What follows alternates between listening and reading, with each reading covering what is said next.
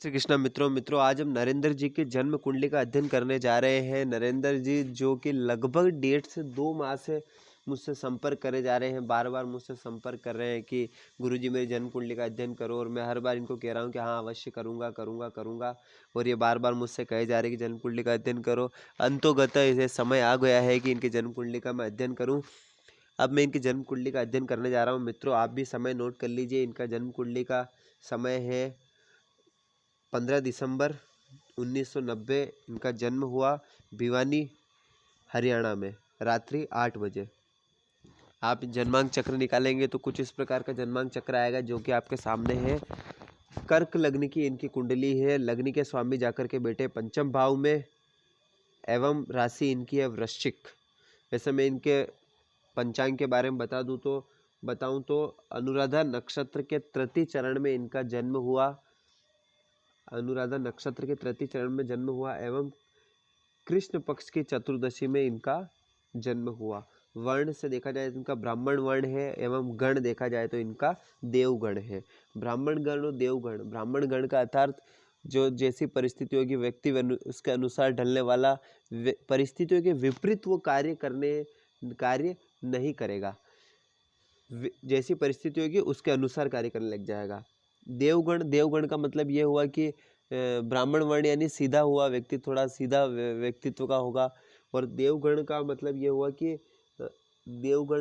हुआ कि कुछ परिस्थिति के अनुसार करेगा, और कुछ जब समय नहीं होगा तो परिस्थिति, जब इसको लगेगा तो परिस्थिति के अनुसार हो जाएगा, जब लगेगा तो थोड़ा परिस्थिति का विरोध करके अपने ऐसी परिस्थिति बनाने का प्रयास करेगा। अब हम बात करते हैं मित्रों, जैसा हमने बताया लग्न का स्वामी पंचम भाव में जाके बैठ गए हैं और पंचम भाव में चंद्रमा विराजमान है, अर्थात इनकी वृश्चिक राशि हुई। कर्क लग्न और वृश्चिक राशि, क्या समझ पा रहे हैं आप? कर्क लग्न और वृश्चिक राशि। कर्क लग्न जल तत्वीय लग्न है और वृश्चिक राशि भी जल तत्वीय, बहुत ही श्रेष्ठ अवस्था हुई। पहली चीज ये, लेकिन ऐसे जो जातक होते हैं, ठीक है, अच्छा है, देखा गया कर्क लग्न के व्यक्ति का थोड़े भावुक ज़्यादा होते हैं, अपने मित्रों पर ज़्यादा विश्वास करने वाले होते हैं। कई किसी भी बात पर जब किसी पर विश्वास करते हैं तो इतना विश्वास करते हैं, इतना अंधविश्वास करते हैं। अंधविश्वास का मतलब आंख बंद करके विश्वास करते हैं। ऐसे विश्वास करने से बचना चाहिए व्यक्ति को। विशेष तौर से इस बात का, किसी की भी कर्क लग्न या कर्क राशि हो तो व्यक्ति को इस बात का विशेष ध्यान रखना चाहिए। ऐसे विश्वास करने से व्यक्ति को बचना चाहिए, अन्यथा उसे अपने मित्रों से, अपने मिलने वालों से धोखा मिलने की प्रबल संभावना है।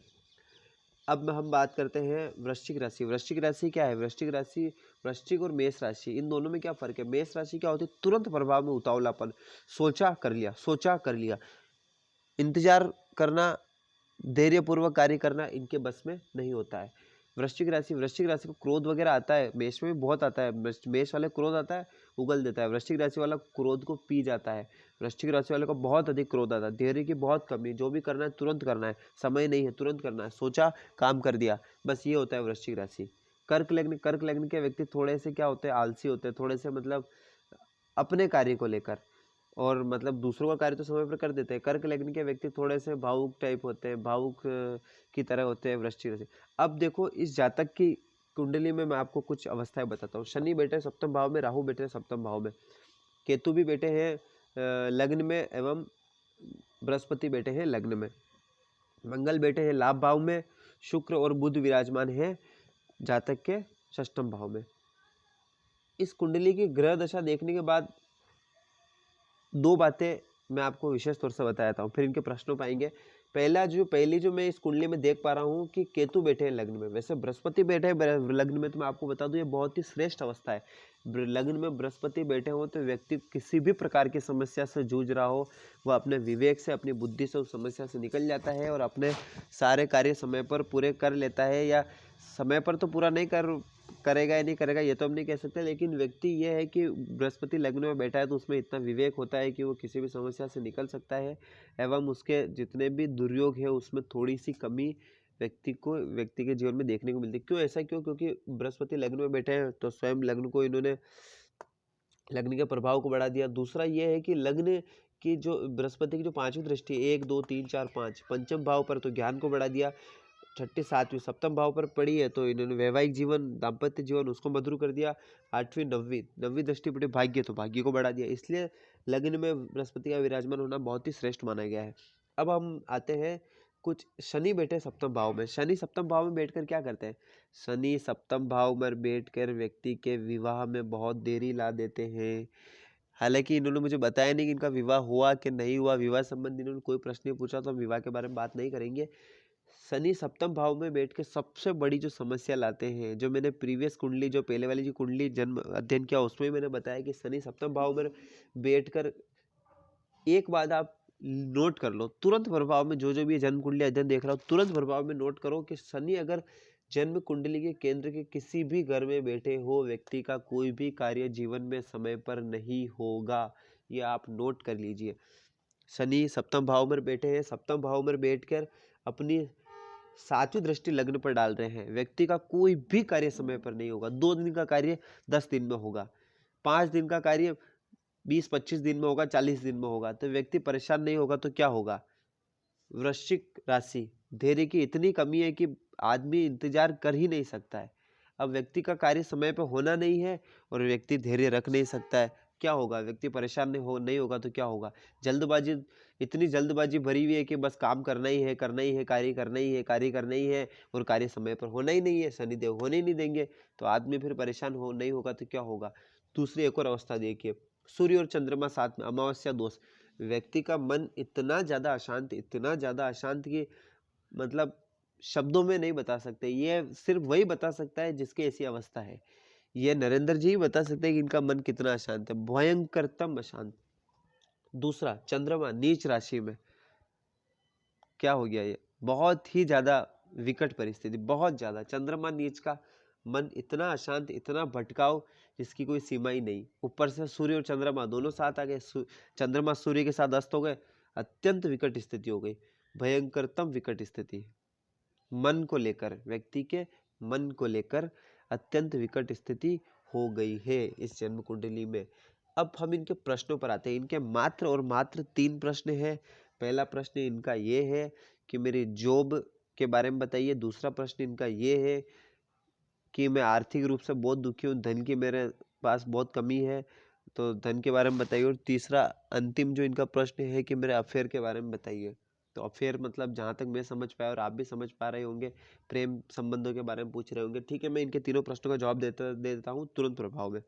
सबसे पहले इन्होंने पूछा है कि मेरे चलो सबसे पहले हम जो प्रश्न ले लेते हैं कि भाई धन के बारे में। चलो मैं इनके धन के बारे में सर्वप्रथम बताता हूँ। इन्होंने पूछा है कि भाई धन की मेरी जो स्थिति है वो बहुत ही ज़्यादा नाजुक है, और धन की स्थिति मतलब बहुत ही स्थिर अवस्था है, धन की बहुत कमी है, धन के बारे में बताइए। देखिए, धन के बारे में अगर ये पूछ रहे हैं तो इनके लाभ भाव का स्वामी, लाभ भाव के स्वामी शुक्र बनते हैं। शुक्र जाकर बैठे हैं षष्ठम भाव में, जो कि श्रेष्ठ अवस्था नहीं है। दूसरा, इनके हम लाभ भाव पर देखें तो लाभ भाव पर किन किन ग्रहों की दृष्टि है? लाभ भाव में मंगल विराजमान है, तो मंगल विराजमान है तो एक तो ये है कि जहाँ तक जमीन संबंधी कोई भी कार्य करे या इससे इससे कुछ हद तक, जहाँ तक वैसे नौकरी की इन्होंने मुझसे पूछा है, तो नौकरी में रहकर अगर जमीन संबंधी भी थोड़ा बहुत, ये जमीन में थोड़ा बहुत ब्रोकरी का काम करे, दलाली का, थोड़ा बहुत जमीन बिकवा, तो इससे भी थोड़ा बहुत धन अर्जित कर सकते हैं। मंगल क्रूर ग्रह है, तो वैसे देखा जाए तो वैसे वैसे ब्राह्मण गण का है, तो मैं ये नहीं मान पाऊंगा कि व्यक्ति ऊपर नीचे से कैसे भी करके पैसा कमाने की सोचेगा। ब्राह्मण गण का है तो ये तो संभव नहीं है जहाँ तक मैं समझ पा रहा हूँ, लेकिन फिर भी थोड़ी बहुत ऊपर नीचे से भी पैसा कमाना चाहे तो कमा सकता है। लेकिन मैं जहाँ तक समझ पा रहा हूँ, ब्राह्मण गण का होने के कारण ऐसा व्यक्ति नहीं करेगा। अब जैसे मैं दूसरा मैं आपको बताता हूँ, ब्राह्मण वर्ण का, माफ कीजिए। अब जैसा मैं दूसरा देख पा रहा हूँ कि जो लाभ भाव है उस पर किन किन ग्रहों की दृष्टि है? सूर्य की दृष्टि है और पीड़ित चंद्रमा की दृष्टि है। सूर्य की दृष्टि होने से थोड़ा सा इसने लाभ के जो भाव है इसमें थोड़ा विच्छेद की दृष्टि ला दी है। एवं राहु की दृष्टि 1 2 3 4 5 दो पाप ग्रह की दृष्टि लाभ भाव पर है। कहीं ना कहीं लाभ में इनके बहुत अड़चने आ रही है इन 2 पाप ग्रहों की दृष्टि होने के कारण। ठीक है, अब हम दूसरी अवस्था पर आते हैं। इनका मतलब दूसरा देखते हैं धन के बारे में और इनकी क्या अवस्था। अब ये लाभ भाव का हम देख लिया, अब धन भाव के बारे में, धन भाव पे हम देखते हैं। धन संचय भाव भी कहते हैं इसको। धन भाव का जो स्वामी है सूर्य, वो जाकर के बैठे हैं कहाँ पर, ज्ञान के भाव में। वैसे देखा जाए तो ये अवस्था से व्यक्ति अगर अपने ज्ञान और बुद्धि विवेक से काम ले, तो अगर बृहस्पति लग्न में बैठे हैं तो ये तो 100% एक ही जातक के पास विवेक और बुद्धि अत्यंत अव्वल दर्जे की है। तो उस अव्वल दर्जे की व्यक्ति अगर इसको अपने ज्ञान को काम में ले तो व्यक्ति अब 100% अपने जीवन में धन कमा सकता है। लेकिन फिर भी हम ग्रहों की अवस्था अगर देखें तो द्वितीय भाव का स्वामी जाकर के बैठा है पंचम भाव में। पंचम भाव में अगर इसकी तात्कालिक मैत्री, इस नैसर्गिक मित्रता में देखा जाए तो मंगल के साथ नैसर्गिक मित्रता है, लेकिन तात्कालिक मित्रता में तात्कालिक शत्रुता आ रही है। तो क्या है, सम अवस्था, अर्थात देखा जाए तो इतनी मिली जुली अवस्था है। इतनी श्रेष्ठ अवस्था हम नहीं कहेंगे कि व्यक्ति अपने ज्ञान से बहुत ही अच्छा धन कमा लेगा। ठीक है, मिली जुली अवस्था है, व्यक्ति प्रयास करे तो अच्छा खासा अपने जीवन में धन अर्जित कर सकता है। और हम देखें धन भाव पर अगर किसी पाप ग्रह की दृष्टि हो तो पाप ग्रह के रूप में तो हम देखें तो पाप ग्रह के रूप में तो 7वीं दृष्टि पाप ग्रह के रूप में हम किसी की दृष्टि देख नहीं पा रहे, एकमात्र मंगल की दृष्टि देख पा रहे हैं। 1 2 3 4 मंगल की चौथी दृष्टि देख पा रहे हैं, तो उससे ज़्यादा कोई मैं बुरा प्रभाव नहीं मान रहा हूँ। अब जैसे मान लो कि ये दो, लेकिन एक चीज़ मैं आपको बताता हूँ, व्यक्ति धन से इतना पीड़ित नहीं है। व्यक्ति जो मैं जन्म कुंडली देख रहा हूँ धन से इतना पीड़ित नहीं है। क्यों?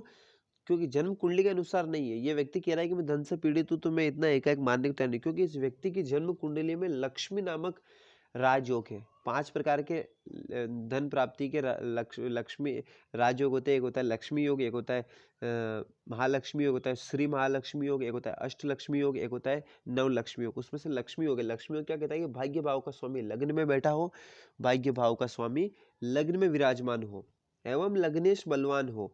तो वैसे देखा जाए तो जातक का लग्नेश बलवान तो नहीं है, क्योंकि लग्नेश नीच का है तो बलवान तो हम नहीं कहेंगे, लेकिन फिर भी क्या कहूँ मैं, नहीं बन रही है, लेकिन फिर भी हाँ 20-25% हम देखा जाए तो लक्ष्मी योग बन रहा है, क्योंकि भाग्य का स्वामी लग्न में विराजमान है और बृहस्पति अच्छे अंश पर विराजमान है। तो हम कह सकते हैं कि ये कुल मिलाकर एक सामान्य 20% ही सही तो लक्ष्मी योग बन रहा है। तो क्या कहूँ मैं इस जातक के बारे में, धन के बारे में जातक ने मुझसे पूछा है तो क्या कहूँ, व्यक्ति जीवन के बारे में धन नहीं कमाएगा? नहीं, मैं ऐसा नहीं कहूँगा। व्यक्ति अपने जीवन में धन कमाएगा और अवश्य कमा सकता है। क्यों?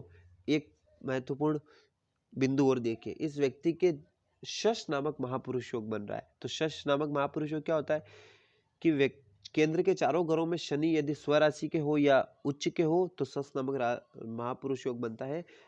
यह मकर राशि में शनि बैठे हैं जो कि स्वराशि में है, तो शश नामक महापुरुष योग बन रहा है। शश नामक महापुरुष योग में व्यक्ति अपने जीवन में मकान, घर, वाहन, धन, दौलत, नौकर चाकर सब कुछ अर्जित करता है, सब कुछ। तो ये तो कहेंगे कि मैं तो अर्जित कर ही नहीं रहा हूँ। बिल्कुल सही। कब अर्जित करता है? धीरे धीरे, सने सने। शनि जो भी देते हैं आराम से देते हैं, धीरे धीरे संघर्ष करा कर देते हैं, व्यक्ति को उस लायक बना कर देते हैं। तो शनि देव आपको उस लायक बनाना चाहते हैं तो आप तैयार हो जाए संघर्ष करने के लिए। आप शनिदेव आपको सब कुछ देने के लिए तत्पर है, तैयार है। अब मैं आपको बताता हूँ धन की अवस्था मैंने बता दी है। धन की अवस्था में अच्छी देख पा रहा हूँ, ज़्यादा खराब नहीं, ज़्यादा श्रेष्ठ भी नहीं, फिर भी अच्छी, सामान्य से और उच्च स्तर की मैं देख पा रहा हूँ। इसीलिए आप निश्चिंत हो जाइए, आपको सब कुछ मिलेगा, लेकिन उसके लिए आपको उच्च दर्जे का प्रयास करना पड़ेगा। दूसरा जो इनका प्रश्न है जॉब की अवस्था, जॉब का मैं जहाँ तक देख पा रहा हूँ 10वें भाव का स्वामी जाकर के बैठा है लाभ भाव में। लाभ भाव में अपने से द्विद्वादश का संबंध बनाकर बैठा है। अगर इनकी तात्कालिक मित्रता देखी जाए तो शुक्र के साथ में इनकी तात्कालिक मित्रता है भी नहीं और तात्कालिक शत्रुता में, इसीलिए तात्कालिक शत्रुता में यहाँ पर विराजमान है। और दूसरा देखा जाए तो जिनका जो 10वां भाव है सुप्त अवस्था में है, बिल्कुल किसी भी ग्रह की दृष्टि नहीं पड़ रही, किसी भी ग्रह की। इसीलिए भी मैं देख रहा हूँ कि इनकी जॉब में इतनी परेशानी आ रही है। आप थोड़ा अपने दिमाग को शांत करिए, मैं कुछ उपाय बताऊंगा, उससे आपको श्रेष्ठ अवस्था और श्रेष्ठ आस्था मिलेगा। आप कहीं भी छोटी सी एक सामान्य नौकरी भी आप करिए। आपने मुझे बताया नहीं आपने किस तरह की पढ़ाई करी, क्या करी। हालांकि मैं पढ़ाई का योग बता सकता हूँ आपको, लेकिन आपने पूछा नहीं तो मैं बताऊंगा नहीं। तो अब आप प्रयास करिए, एक सामान्य सी नौकरी करिए और उस लाइन में लग जाइए। वो सामान्य सी नौकरी भी आगे चलकर आपको सब कुछ प्रदान करने वाली है, क्योंकि ये शश महापुरुष योग है आपकी जन्म कुंडली में। अब जो इनका तीसरा और अंतिम प्रश्न जो अफेयर के बारे में पूछा था, वैसे मैं बता दूं कि कर्क लग्न और कर्क राशि के जो व्यक्ति होते हैं वो अफेयर में जब फंस जाते हैं तो केकड़े की तरह एक बार पकड़ लेते छोड़ते नहीं है, बहुत भावुक होते हैं।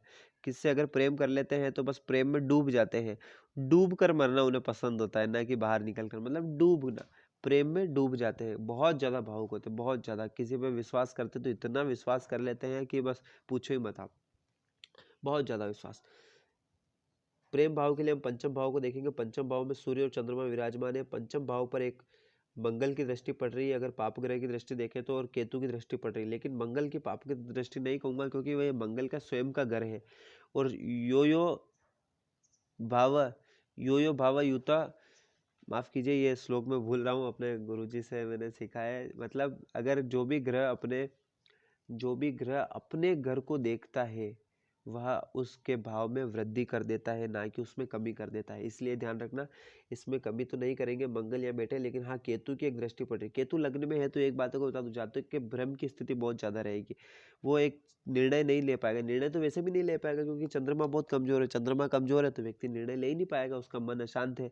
और केतु और लग्न में बैठ के अत्यंत भटकाव की स्थिति, ये करूँ वो करूँ, वो करूँ ये करूँ, ये सही रहेगा वो सही रहेगा, ये सही नहीं रहेगा वो सही है, वो करूंगा तो ये हो जाएगा, ये करूंगा तो ये हो जाएगा। इस भ्रम जाल में व्यक्ति फंसा रहता है केतु के कारण, और चंद्रमा अशांत है इसके कारण। हम जो इसके प्रेम संबंधों की बात करते हैं, मंगल की दृष्टि है, पाप ग्रह के रूप में केवल एक केतु की दृष्टि है, तो इतना मैं पाप नहीं मानूंगा क्योंकि गुरु की भी दृष्टि आ रही है, 1 2 3 4 5, तो गुरु की भी दृष्टि है। तो कहीं ना कहीं मैं मिला जुला आपके अफेयर के बारे में देख पा रहा हूँ। मिला जुला मतलब मिला जुला कैसे, कि आप ब्राह्मण वर्ण के तो बहुत सीधे भी आप, तो मैं कहीं ना कहीं 60% आपके प्रेम जीवन में सफलता ही देख पा रहा हूँ, लेकिन 40% में असफलता भी देख पा रहा हूँ। क्यों? क्योंकि कुछ पाप ग्रह की दृष्टि भी पड़ रही है। दूसरा ये कि जो मंगल जो इसके भाव के स्वामी है वो लाभ भाव में होकर इस पे विराजमान है, तो हाँ कुछ हद तक मैं देख पा रहा हूँ कि इसमें आपको सफलता मिल ही जाएगी, लेकिन पूर्ण सफलता मिले इसकी मैं आपको, इसके बारे में आपके लिए नहीं कह सकता। जो 3 प्रश्न थे, तीनों प्रश्नों का मैंने आपको उत्तर दे दिया। अब मैं उपाय क्या हो सकते हैं, उपाय के बारे में आपको बता दूं। मित्रों मेरे चैनल को आप सब्सक्राइब करें, प्लीज़ ज़्यादा से ज़्यादा वीडियो को शेयर करें, लाइक करें, आपको पसंद आए तो। उपाय में क्या बताऊंगा, उपाय में इनको ये बताना चाहूँगा कि आप सबसे पहले तो एक कार्य करिए, अपने इष्ट देव के रूप में हनुमान जी की आप अधिक से अधिक आराधना कीजिए, वही आपको जीवन में आपके सब कुछ प्रदान करेंगे। दूसरा, आप नित्य मंदिर जाया करिए। नित्य मंदिर जाने से आपका भाग्य और ज़्यादा बलवान होने का। मैं एक बात बताना भूल गया, आप बहुत ज़्यादा भाग्यवान हैं, अपनी जन्म कुंडली में के अनुसार बहुत ज़्यादा भाग्यवान है। अपने भाग्य का इस्तेमाल करें, आप बहुत ज़्यादा भाग्यवान हैं, ठीक है। और इस भाग्य, क्योंकि भाग्य का स्वामी लग्न में बैठा, आप जो सोचेंगे आपका वो काम हो जाएगा, लेकिन शनिदेव समय पर होने नहीं देंगे। भाग्य का आप उपयोग करिए और अपने जीवन को आगे आगे बढ़ाइए। आप हनुमान जी की बहुत ज़्यादा आराधना करिए। सोमवार से सोमवार, आपका मन बहुत ज़्यादा अशांत है, सोमवार से सोमवार दुग्ध से भगवान शंकर का अभिषेक करिए। ओम नमः शिवाय, ओम नमः शिवाय बोलकर आपका मन अवश्य शांत होगा। पूर्णिमा के दिन चंद्रमा जब दिखे पूर्णिमा को, तो उसको चंद्रदेव को आप दुग्ध से अर्घ दीजिए। पूर्णिमा का व्रत कीजिए, एवं पूर्णिमा का व्रत कीजिए, अर्घ दीजिए। एवं मैं आपको बता रहा था कि हाँ ये सब कीजिए, और ये सब आप कीजिए। एक आप मंगलवार के दिन भगवान शंकर पर गन्ने के रस अथवा गुड़ के रस से, या तो गन्ने के रस या गुड़ के रस से नित्य जाकर उनका अभिषेक कीजिए। ओम नमः शिवाय, ओम नमः शिवाय। इससे आपके धन के रास्ते खुलेंगे, धन आने का मार्ग खुलेगा। ऐसा मेरे गुरुजी द्वारा दिया गया ज्ञान है। धन से आने का आपका मार्ग खुलेगा, धन प्राप्ति आपको होगी, और आपके धन के जीवन में ईश्वर ने चाहा, भोलेनाथ ने चाहा तो ईश्वर धन की आपकी कमी पूरी होगी, ठीक है मित्रों। आप एक काम करिए, गुरु का रत्न जो कि पुखराज होता है, वो आप इस तर्जनी उंगली में आप ये 7.25 रत्ती का, कोई दिक्कत नहीं, आप ब्रॉन्ज धातु में गुरुवार के दिन 1 घंटे के भीतर गुरुवार के होरे में उसकी पूजा कर कुरा के आप उसको दुग्ध पंचामृत से दो दुआ के, और उसको आप धारण कर लीजिए, एक माला उसकी जप लीजिए गुरु के बीज मंत्र की, आपको मिल जाएगा। गुरु का बीज मंत्र किसी भी पंडित से पूछ लेना, मिल जाएगा। बीज मंत्र की एक माला जप के और फिर उसको धारण कर लीजिए आप गुरुवार के दिन 1 घंटे के भीतर। पुखराज को ब्रॉन्ज धातु में मैं कह रहा हूँ आपके जीवन में कोई कमी नहीं रहेगी, आपके जीवन में आपको सब कुछ प्राप्त हो जाएगा। थोड़ा धैर्य रखिए, आपके धैर्य की कमी है, वृश्चिक राशि है। शनि आपका कोई भी कार्य समय पर होने नहीं देंगे। मैंने जो उपाय बताए, उपाय करिए, आपको 100% जीवन में लाभ मिलेगा। आपके जीवन में धन की कमी नहीं होगी। सस महापुरुष लोग आपको सब कुछ देने वाले हैं। जय श्री कृष्णा। अब मैं आज्ञा चाहता हूँ, वीडियो को लाइक करें, सब्सक्राइब करें, चैनल को देखते रहिए। धन्यवाद। जय श्री कृष्णा।